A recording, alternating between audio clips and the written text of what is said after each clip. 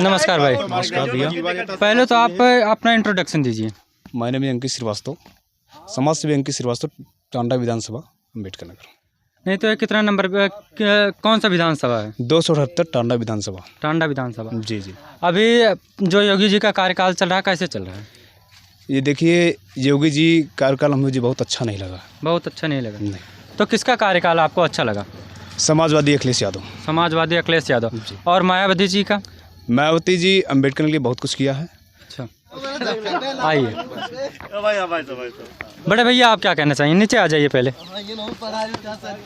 बताइए। देखिए, हमारे हिसाब से जो अभी वर्तमान स्थिति है यहाँ पे, हाँ। हमारे देश, देखिए मैं कभी पर्सनल लेवल पे बात नहीं करता।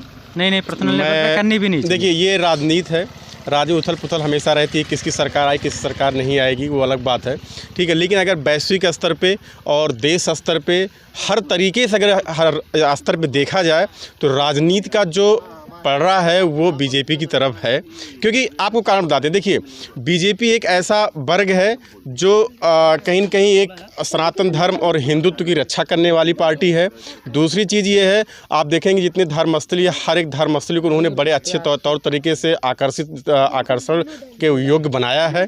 दूसरी चीज़ ये है, किसानों के लिए भी हमारी बीजेपी सरकार जो है वो कार्य करती है। नहीं, अगर किसानों के लिए कार्य करती तो धरना प्रदर्शन क्यों होता? देखिए, धरना प्रदर्शन कुछ चंद लोगों की वजह से आप देश के पूरे किसानों को आप ब्लेम नहीं कर सकते। कुछ चंद लोग ऐसे थे जिन्होंने धरना प्रदर्शन किया, जिनको एमएसपी का एक्चुअल मतलब ही नहीं पता था, वो लोग धरना कर रहे थे, ठीक है।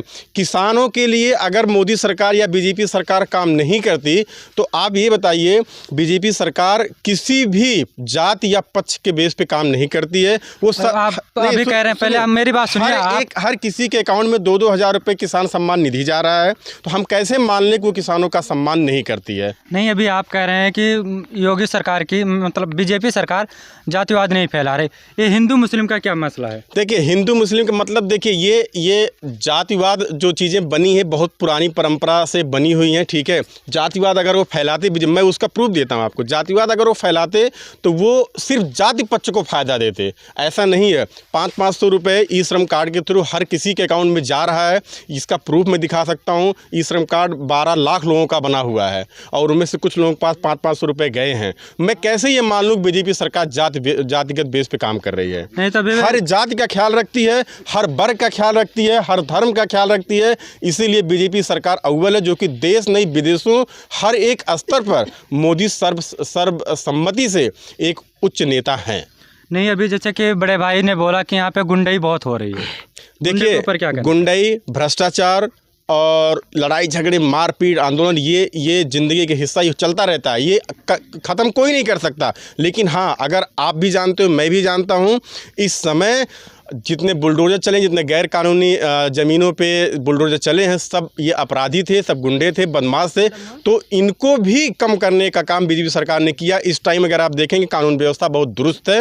नहीं, अगर आप बुलडोजर चलाने की बात कर रहे हैं, जो अजय मिश्र टेनी है, अभी उन्होंने कुछ पत्रकारों को गाली भी दिया था, उनके ऊपर आप क्या कहना चाहिए? देखिए, आप पत्रकार हैं। हाँ। अगर आप किसी से, मतलब देखिए, मैं ब्लेम नहीं कर रहा हूँ किसी पत्रकार पे। पत्रकार एक हमारे देश के लिए बहुत बड़े सहयोगी हैं, ठीक है। अजय कुमार टेनी का मैंने पूरा वीडियो देखा था। हाँ। उन्होंने जो उस टाइम जो सलूक किया था वो निंदनीय था। लेकिन ये भी मैं कहता हूँ, उस जगह, जिस जगह पे गए थे, किसी अस्पताल में किसी ऑक्सीजन प्लांट का उद्घाटन करने को गए थे। शायद अगर किसी घर मर्गी पड़ी है, किसी घर कोई उद्घाटन करने गया है, तो डिपेंड करता है आप किस सिचुएशन में कहाँ पे क्या सवाल कर रहे हैं। नहीं, उसने सवाल क्या किया था? आप सवाल बता दीजिए। सवाल उन्होंने ये किया था कि आपका बेटा इस केस में फंस रहा, आप क्या बोलना चाहते हैं, आप बताइए। वहाँ पे उद्घाटन करने को गए थे। मैं अजय टेनी का सपोर्ट, मैं कह रहा हूँ, अजय टेनी का लड़का अगर गलत है, उसके एसआईटी टीम ने 5000 पन्नों का जो है याचिका दायर किया है एसआईटी टीम ने। तो वो जो याचिका है उसमें जो उन्होंने जो भी दिया है, अगर गलत है तो उसके खिलाफ जांच होगी। अजय टेनी और उनका लड़का गिरफ्तार होना चाहिए। नहीं, तो अभी 3-4 महीने हो गए, अभी गलत और सही का सब पता ही नहीं लगा। एसआईटी जांच करी, एक मिनट, 5,000 पन्नों का 5,000 पन्नों की चार्जशीट पुलिस ने एसआईटी टीम ने गवर्नमेंट को, गृह मंत्रालय को सौंपी है। उस पर काम चल रहा है, सीबीआई काम कर रही है, ठीक है, और उसको जांच होगी, उसकी अच्छी तरीके से जांच होगी और जो भी दोषी होगा उसके खिलाफ कड़ी कार्रवाई होगी। मैं खुद चाहता हूँ, देखिए मैं एक IT इंजीनियर हूँ, मुझे राजनीति से कोई मतलब नहीं, लेकिन मैं इतना जानता हूँ देश में भ्रष्टाचार, गुंडागर्दी खत्म होना चाहिए। और योगी सरकार से मेरी एक अपील है कि जो अभी कोरोना की वजह से जो इतनी महामारी फैली, जो भी पैंडेमिक सिचुएशन आया है, ठीक है, इसको थोड़ा सा अगर हम चाहें और मैनेज करने के लिए, क्राउड को शहरों से कम करने के लिए हम चाहें तो, और जैसे अपने लखनऊ एरिया हो गया, बनारस हो गया, प्रयागराज, ऐसी जगहों पे इंडस्ट्रियलाइजेशन का प्रोसेस शुरू करें। मेरा एक ये सलाह है, सुझाव है बीजेपी को, ठीक है, अगर वो चाहें तो इस सुझाव को मेरे माने, इस सुझाव को अगर आप आगे पहुंचा सकते पहुंचा दें। इंडस्ट्रियलाइजेशन जो है ना लोकल एरिया में अगर करवाएंगे तो शहरों में भीड़ कम होगा, जहाँ से महामारियाँ थोड़ी कम हो सकती हैं, क्राउड कम होगा।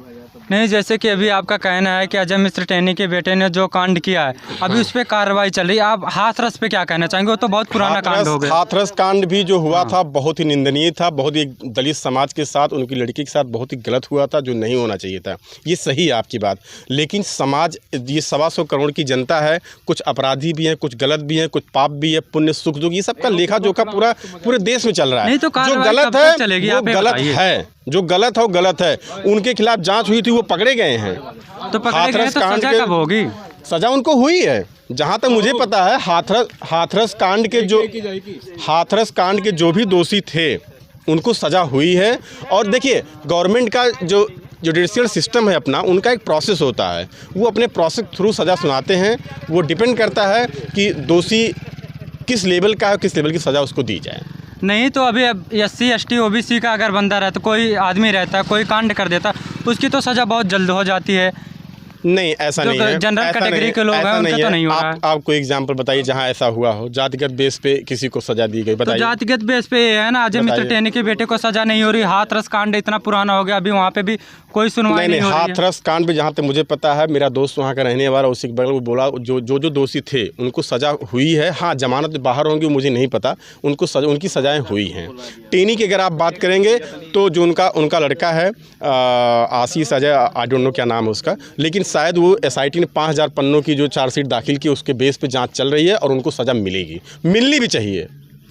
नहीं तो कब मिलेगी? जब बीजेपी की सरकार चली जाएगी ये तब हमारे आपके कहने से, हमारे आपके सोचने से बरसात में धूल नहीं उड़ेगी भाई साहब। गवर्नमेंट का अपना जुडिशियल सिस्टम का अपना एक प्रोसेस होता है, उसके थ्रू ही जांच होगी। आप ऐसे नहीं कह सकते कि आज हम धूल ऐसे नहीं उड़ जाती। देखिए, जांच होगी, जो गलत होगा, जो सही होगा।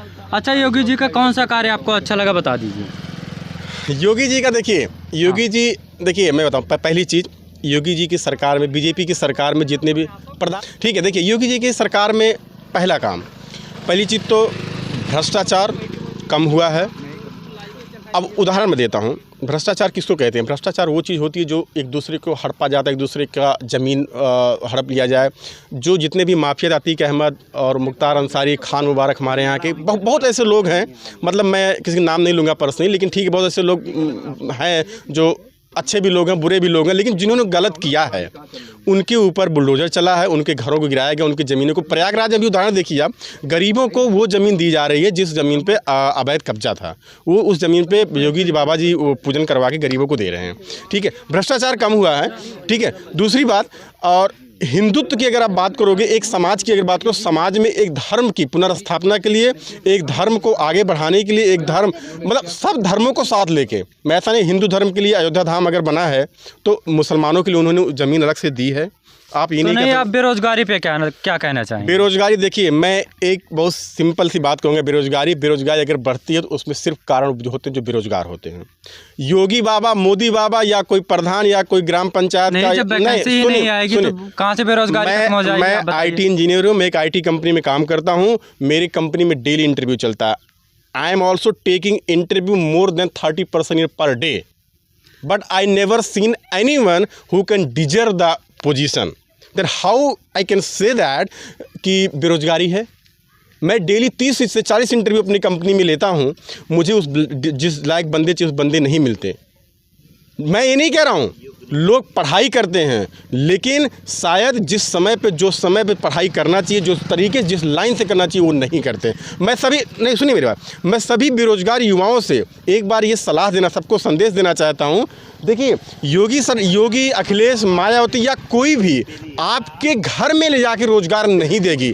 आप सुनिए, आपने एमकॉम कर लिया, आप घर बैठे हो, योगी नौकरी दे, योगी नौकरी नहीं देगा आपको खुद एफर्ट लगाना पड़ेगा। ये संदेश है मेरा उन युवाओं को, अपने अंदर के पोटेंशियल, अपने अंदर के एफर्ट को you need to justify yourself whatever you are doing now.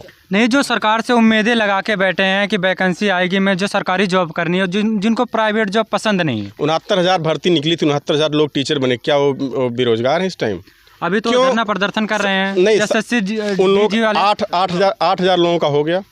तो जो 8 देखिए उसमें घोटाला हुआ था, लेकिन गवर्नमेंट ने उस पर एक्शन लिया। 8,000 वैकेंसियाँ दोबारा कराई गई। नहीं, जब 69,000 की शिक्षक भर्ती थी तो 8,000 की क्यों कराया गया? नहीं, 69,000 भर्ती में कुछ गड़बड़ी हुई थी, जिसको सुधारने के लिए 8,000, 6,000 या 8,000 भर्तियां दोबारा कराएगी। जो बेचारे बच्चे उसमें कैटेगरी में नहीं आ पाए थे, उनकी दोबारा मेरिट लिस्ट बनी, दोबारा मेरिट लिस्ट बना, उनको उस मेरिट में लाया गया और उनको जॉब गवर्नमेंट टीचिंग जॉब दिलाएगी। मैं आपसे ये पूछता हूँ, आप सिर्फ ये क्यों देखते हो कि एक गाँव में इतने लोग बेरोजगार हैं? आप ये देखिए एक गाँव में कितने लोग रोजगार जो आज अपने बल पे कुछ कर रहे हैं।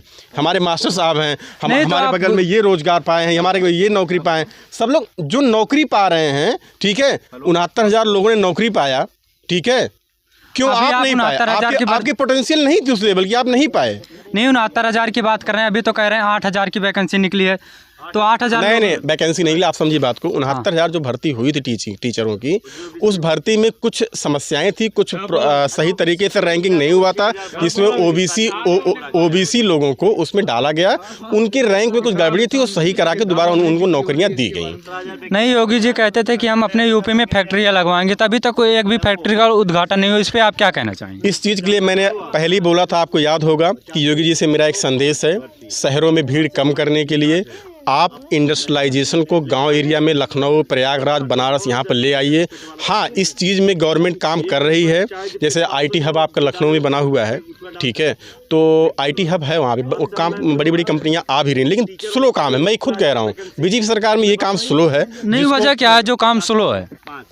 देखिए, अब मैं कोई सचिव या कोई गवर्नमेंट का नुमाइंदा तो नहीं हूँ, लेकिन ये गवर्नमेंट का अपना प्लान है, क्यों ये लोग कैसे कर रहे हैं, क्या प्लान उनका। क्योंकि देखो, जाहिर सी बात, जितना हम सोचते हैं उससे कई गुना सोचने वाले वहाँ बैठे हैं, ठीक है। तो कुछ प्लान होगा उनका, शायद कुछ और अच्छा करने का प्लान होगा। मुझे अगर इससे ज़्यादा सोचने वाले बैठे होते तब तक तो फैक्ट्री लग जानी चाहिए थी। हमारे आपके सोचे से फैक्ट्रियाँ नहीं लगती। हम भी 10 साल से दिल्ली में जॉब कर रहे हैं, ठीक है। मुझे लगभग 12-13 साल हो गया दिल्ली में रहते हुए, ठीक है। तो मैं खुद सोच रहा हूँ, लखनऊ में अगर इंडस्ट्री आ जाए, मैं लखनऊ शिफ्ट हो जाऊँ। मैं क्यों दिल्ली रोज़ जाऊँ, ठीक है। मेरा अप डाउन होने 10,000 रुपये लग जाते हैं, मैं क्यों जाऊँ। मैं खुद चाहता हूँ कि अपने इस एरिया में, लखनऊ में, गोरखपुर में, बनारस में, यहाँ पे कंपनी आ जाए, कंपनी डेवलप हो जाए। मैं खुद नहीं जाऊँगा। ये संदेश है मेरा हर गवर्नमेंट को, चाहे बीजेपी हो, चाहे सपा हो, चाहे बीएसपी हो। अगर ये काम करवाएंगे, शायद शहरों से भीड़ कम होगी और प्रदेश में रोजगार बढ़ेगा, प्रदेश की इनकम बढ़ेगी। चलो ठीक है, बहुत बहुत धन्यवाद।